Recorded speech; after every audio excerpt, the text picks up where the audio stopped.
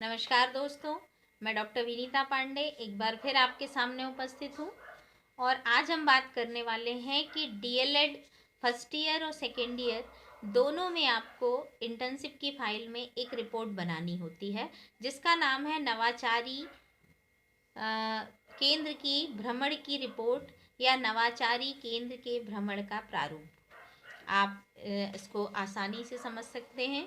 तो यहाँ पर प्रत्येक विद्यार्थी को नवाचारी केंद्र में जाना है और वहाँ पर शैक्षणिक भ्रमण करना है और उसके बारे में लिखना है।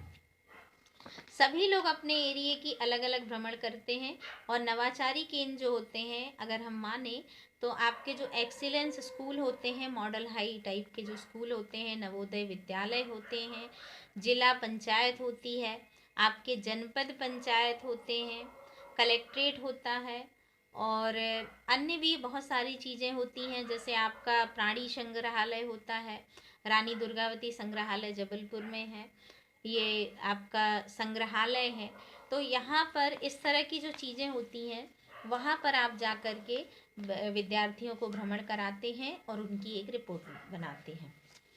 अब सवाल ये उठता है कि हम ये रिपोर्ट को बनाएं कैसे। तो बहुत सारे विद्यार्थियों को तो मैंने ये बता दिया है, लिखा दिया है, लेकिन कुछ ऐसे लोग हैं जो आप सब इस चैनल से जुड़े हुए हैं, उनके लिए मैं एक प्रारूप बता रही हूँ। और ये रिपोर्ट आपको फर्स्ट ईयर और सेकेंड ईयर में दोनों में बनाना है। तो यहाँ पर रिपोर्ट बनाने का जो तरीका होता है, वो सबसे पहले तो ये होता है कि नवाचारी केंद्र का नाम, आपका फर्स्ट हेडिंग होती है नवाचारी केंद्र का नाम। तो वहाँ पर आप जहाँ भी गए, जैसे मान लीजिए अगर हम लेके चलते हैं कि हमने जबलपुर में रानी दुर्गावती संग्रहालय को देखा, तो हम फर्स्ट ईयर में नॉर्मली रानी दुर्गावती संग्रहालय जाते हैं, सेकेंड ईयर में हम प्राणी संग्रहालय जाते हैं।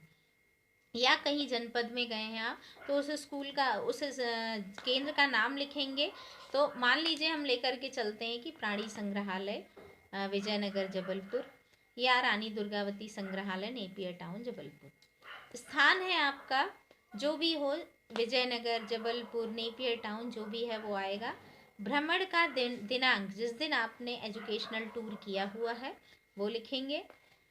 नेक्स्ट हेडिंग होगी आपकी नवाचारी केंद्र की विशिष्टता। तो वहाँ जहाँ भी आप जाएंगे उसके बारे में आपको 2 लाइन में लिखना है। जैसे मान लीजिए अगर आप रानी दुर्गावती संग्रहालय गए हैं, तो वहाँ आप ये लिख सकते हैं कि इस केंद्र में हमने देखा कि प्राचीन ऐतिहासिक धरोहरों को संभाल करके रखा गया है। यहाँ पर मूर्तियाँ हैं, सिक्के हैं, जो भी आप देखेंगे। जिला पंचायत में जाते हैं तो आप उसके भवन कितने हैं, कहाँ कौन बैठता है, वहाँ के प्रमुख कौन है, इस तरह से लिख सकते हैं। प्राणी संग्रहालय जाएंगे तो आप पशु पक्षियों के बारे में बता सकते हैं कि उनके शारीरिक अवशेषों को संरक्षित करके रखा गया है। नेक्स्ट है संस्था के अवलोकन की समयावधि। तो नॉर्मली 3 या 4 घंटे आप लिख सकते हैं, क्योंकि जो एजुकेशनल टूर होते हैं वो इनसे ज़्यादा समय के नहीं होते। तो आप 3 या 4 घंटे लिख सकते हैं। इसके बाद है भ्रमण का उद्देश्य। तो भ्रमण के उद्देश्य में आएगा कि विद्यार्थियों को शैक्षणिक जानकारी प्रदान करना या शैक्षणिक जानकारी प्राप्त करना।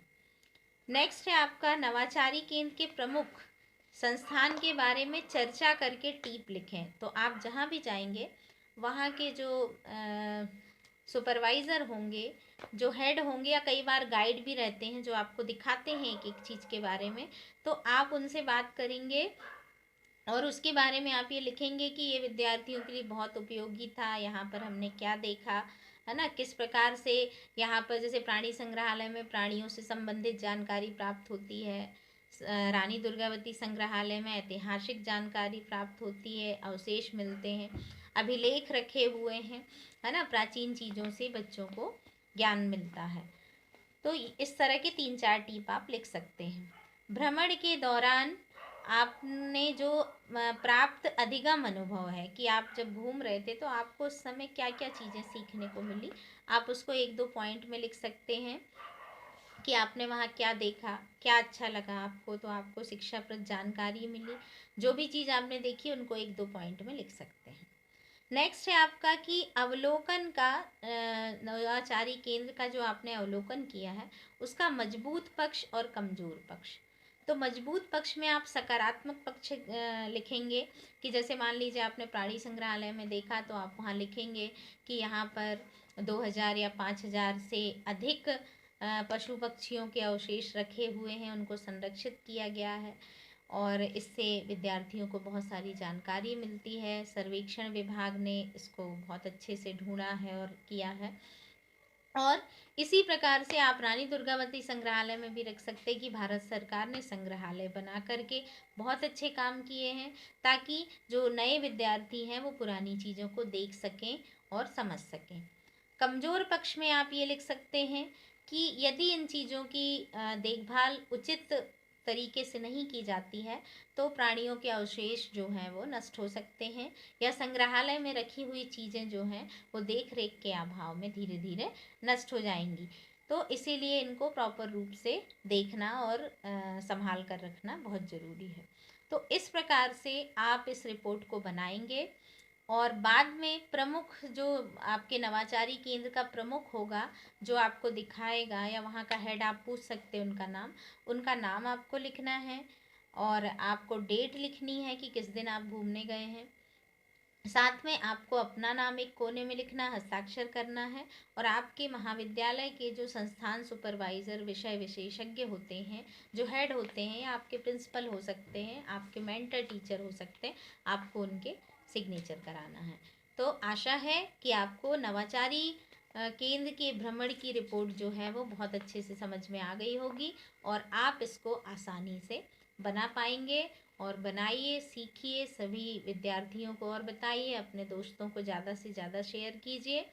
और मैं डीएलएड के विद्यार्थियों से ये कहना चाहूँगी कि यदि कोई ऐसी रिपोर्ट है जो आपको नहीं समझ में आ रही है या कहाँ को कौन सी परेशानी है, आप मुझे कमेंट बॉक्स में डिटेल में कमेंट करके बता सकते हैं, तो मैं उस पर वीडियो बनाने की कोशिश करूँगी। आज के लिए बस इतना ही। धन्यवाद।